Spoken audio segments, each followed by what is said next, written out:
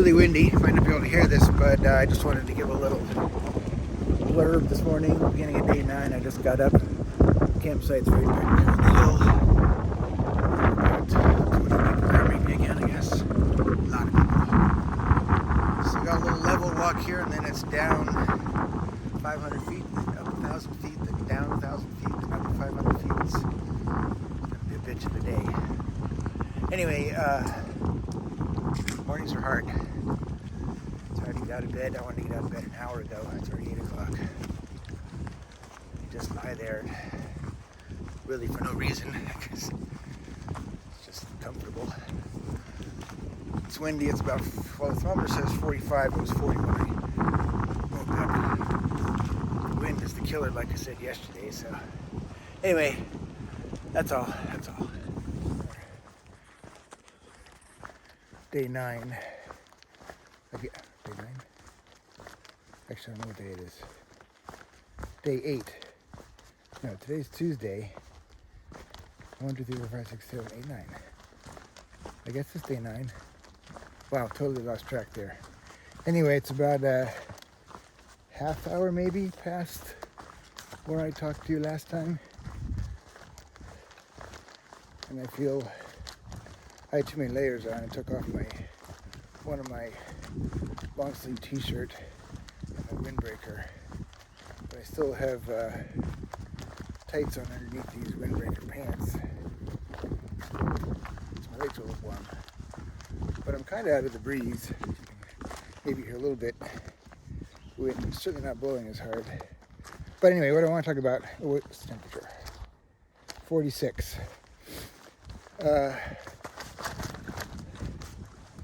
So when I was walking with Olden,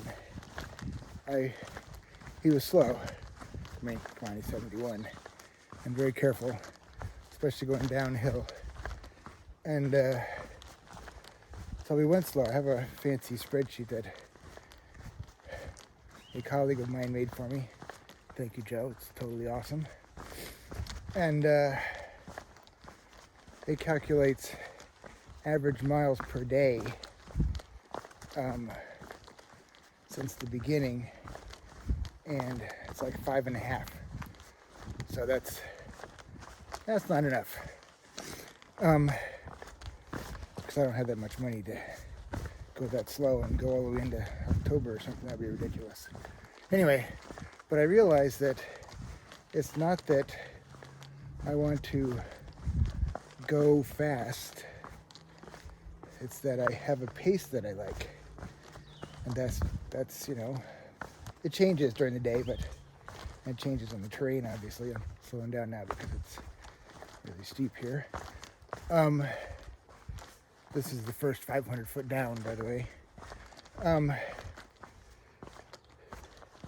It's just a pace that I like. So I think everybody has that. And I think sometimes in groups, if you're really lucky, you get a bunch of people that all have the same pretty much pace. Put the slowest person in front sometimes, maybe. And as long as they're not too slow, everyone else can be relatively okay with it. Or they're not as picky as I am. But so it's not really a race. I don't feel sort of pressed to go fast. I just have a rate that I like to do, which is faster than it was with Olden. He would never go down the hill this fast. He's not as spry, in his words. So anyway, that's it for now. See you down the trail. Okay, so phase 1 done. That's Unicoi Gap back there. Now I'm starting up something mountain, Pleasant Mountain. That would be ironic. Anyway, I just talked to a shuttle driver who pulled into the parking lot there to see if anybody needed rides. She said this is actually the hardest part of the trail in Georgia. This from here to Dix Creek, which is about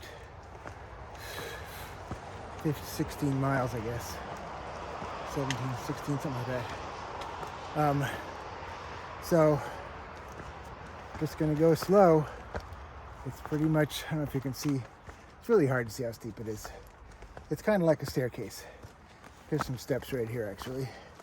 It's almost as steep as a, let's say, outdoor staircase, like going up to a museum or something. It's about that steep. And it's 1,000 feet up, and it's up and down, like I said, and I think it's like 5 miles from here to the next shelter. And well, the driver said something else too. I said, is there any other bailout points? I didn't use that term because I didn't know that's what it was, but that's what she said. Anyway, she said there's kind of one bailout point, but once you start at this mountain, you're really committed to going all the way to Dix Creek, which is where I bailed out last time. So the next day or two should be fun.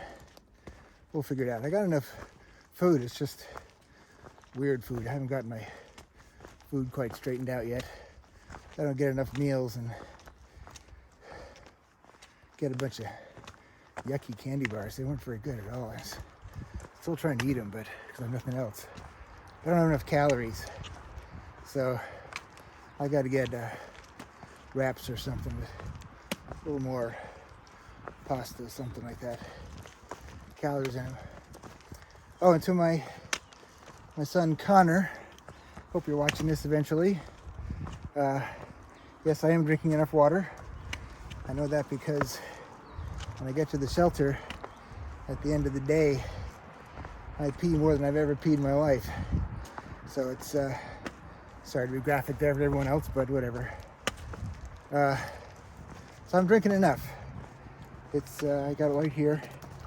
I drink about 1 liter every 3 or 4 miles, I guess. I don't know. I don't really keep track. Basically, I drink when my mouth gets dry, which may be a little bit too late for some people, but I try to gauge where the next water hole is, which is, I think, 3 miles from here. And I try to make it so that I drink all the water that I'm carrying by the time I get to the next water hole. So anyway, I'm gonna keep going up this mountain. More staircases right there. We're in the shade. There's no wind. The gap down there is like a wind tunnel. Oh, I'm also in my favorite hiking clothes. Basically, pants that weigh nothing, that are purely cosmetic, to hide my underwear so the women don't get all excited. And this merino t-shirt, which was very expensive, worth every cent. I've been wearing it for months now because I wore it before I hiked. So that makes the walking really easy. It's still about 40 something degrees, 48 I guess. So, and we're in the shade, which is nice for a while. It's a little chilly, but it's not too bad with no wind. We'll get up here in the sun and it'll be perfect again. Looks like another gorgeous sunny day, and then tomorrow, who knows. So, that's it. I know I said I wasn't gonna make very many videos, but my head just keeps going. I just want to talk. So there you go. So here we are at Indian Gap, I believe. This is Angela. They just happened to be here with water right when I needed water, which was absolutely amazing. You got a trail name? Unicorn. Unicorn. Yeah, okay. yeah. Remember that, Angela. No, my memory ain't what shit. And this is end of phase 4. So I went down.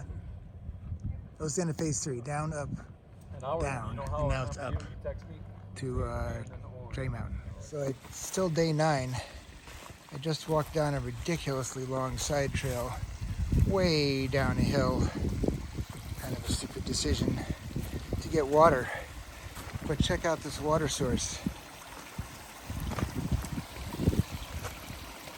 It's just coming out from underneath that tree.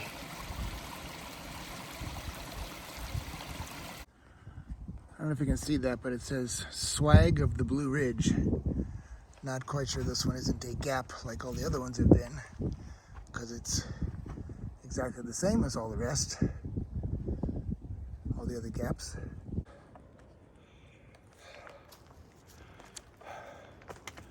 Hard to make myself film this, but I figured I'd show what it's like to be working so hard.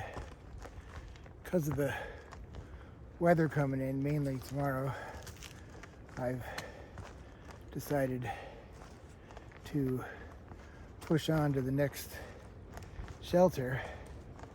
I met some people who said they were going to stay at a gap back there, but when I got there, they weren't there.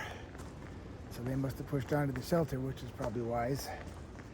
So anyway, this is going to be like 16 miles or something, 17 miles today through what is purported to be the hardest section of Georgia. So I am burned out, shattered, just exhausted. I got to get over this hill here, I think.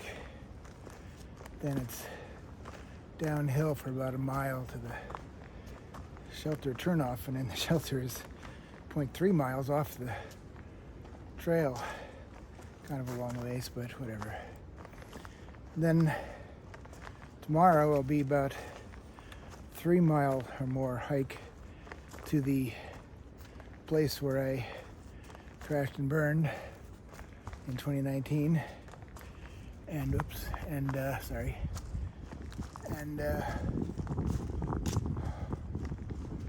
yeah, this looks like the top here. Could just camp right here, but I'm in the water, so oops, sorry. Screw that. Oh, all of a sudden it's cold. Anyway, just thought I'd let you see what it's like.